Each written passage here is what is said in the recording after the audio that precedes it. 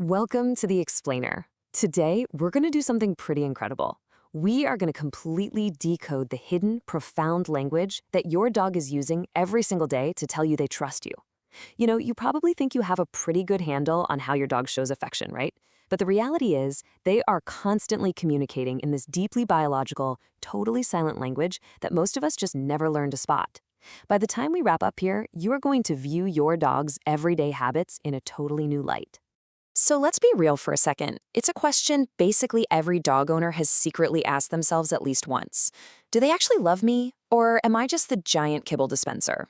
We have this tendency to assume their affection is strictly tied to the perks we offer. We think, oh, they love me because I feed them, I walk them, I give them that super comfortable spot on the couch. We figure when they're hovering around, they're just holding out for a treat or a belly rub. But the truth? Right now, your dog is likely showing you something way, way deeper than just wanting resources. There's this intense psychological connection happening that has absolutely nothing to do with food. And honestly, get this, 90%, that's right, 90% of dog owners are accidentally shutting down the absolute ultimate sign of canine trust every single day, completely by accident. We brush off these massive communication cues because we just don't know what we're looking at. Well, that's exactly the mystery we're going to solve today, figuring out how you might be unintentionally breaking that bond, and much more importantly, how you can fix it right away. Okay, let's jump right into this with our first behavior, the vulnerable sleep. Picture this. You're chilling on the couch after a super long day. Maybe you're scrolling on your phone, and your dog slowly ambles over. They do that little circle once, maybe twice, and then they literally press their body as hard as they can against your leg and fall fast asleep.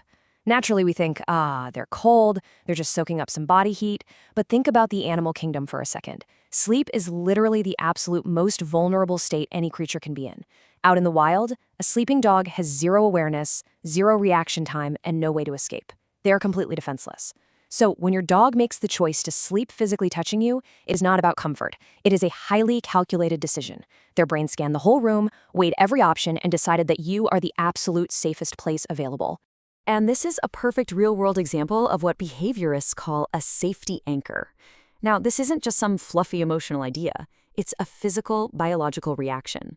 Your physical presence alone is actively signaling their nervous system that it is safe to shut down. Because they're anchored right up against you, their heart rate physically drops, their muscles finally let go of all that tension, and their cortisol, the stress hormone, just plummets. They're not just taking a nap. Their biology is actively trusting you with their life. But here's where so many of us mess up. When your leg inevitably starts falling asleep, or you get just a tiny bit uncomfortable and shift your weight to move them away, you are actually unintentionally breaking that trust.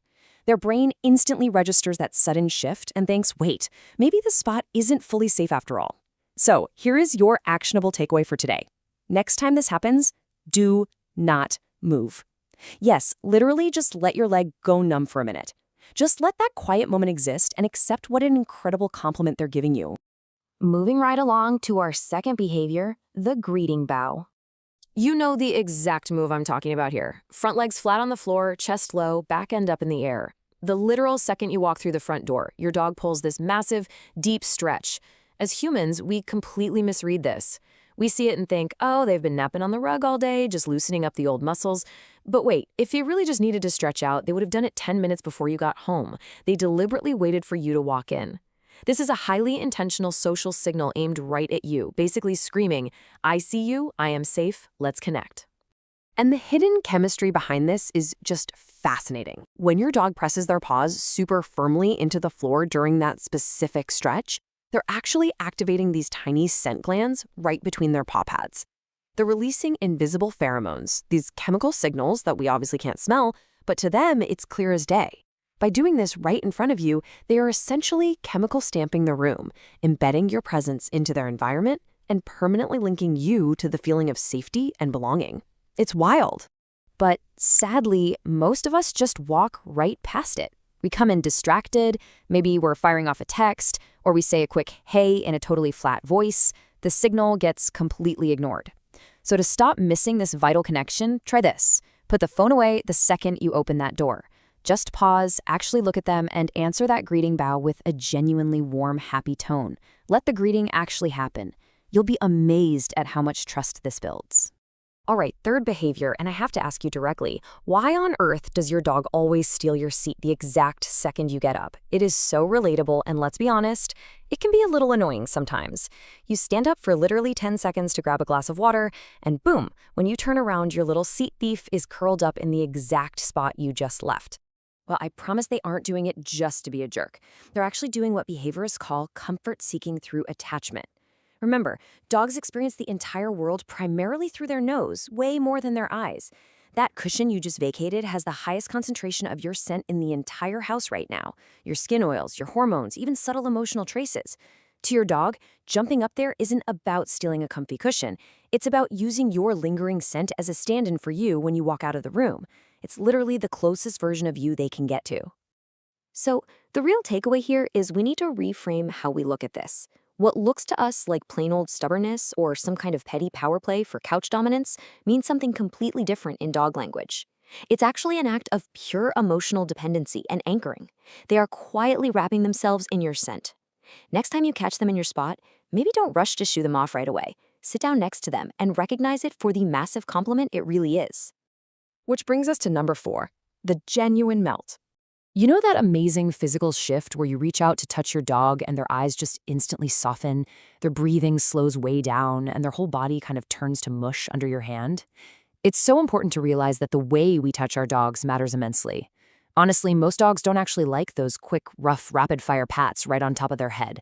They just sort of tolerate it to pass the time. But a slow, very targeted touch on their high sensitivity zones, like right on the chest or the base of the neck, does something completely spectacular. It actively calms their parasympathetic nervous system. They aren't just enjoying getting pet, they're using you as a tool to regulate their own nervous system.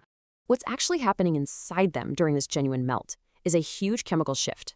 As they transition out of alert mode and relax into your hand, their cortisol levels, that stress hormone we talked about, take a massive nosedive.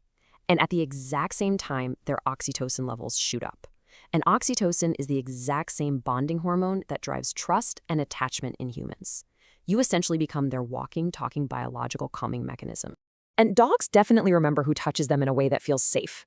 So to really trigger this biological release and deepen that trust over time, try changing up your technique. Stop the quick, distracted head patting.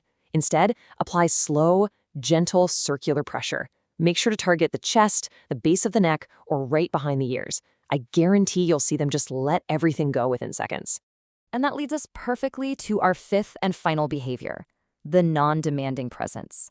This is the big one, the ultimate sign of canine trust that we teased at the very beginning of the explainer. Your dog is just hanging out in the room with you. No pawing at your leg, no whining, no incessantly dropping a drooly toy on your laptop. They are just lying there, chilling. As humans, we look at that and think, well, nothing's happening. We assume we always have to be actively playing or training to be bonding. But to your dog, this quiet, non-demanding presence translates to, I don't even need to check if I'm safe right now. I don't need to work for your attention. I know exactly where I stand with you. It is the highest behavioral compliment they are capable of giving. Behaviorists actually call this state secure attachment. It's a level in your relationship where just your mere presence in the same room is enough to keep their heart rate stable and their nervous system settled. Zero active interaction required. It's not a temporary reaction because you have a treat in your hand. It's a permanent state of being. Just being near you already feels entirely complete to them. Think about this really powerful distinction. A dog that is constantly demanding your attention is actually a little unsure, but a dog resting in total silence, they have absolutely nothing left to question. When your dog isn't begging for your focus, it's not because they're bored. It is the absolute pinnacle of certainty in your relationship.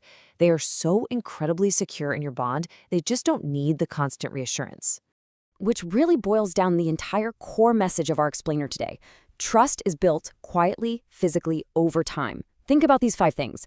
Sleeping anchored against you, doing that deliberate greeting bow, soaking up your scent in your favorite chair, physically melting under a slow touch, and just resting quietly in the same room. None of these cost a single dime, right? But every single one of them is a constant, silent deposit into a really profound language of trust that most people just never learn to see.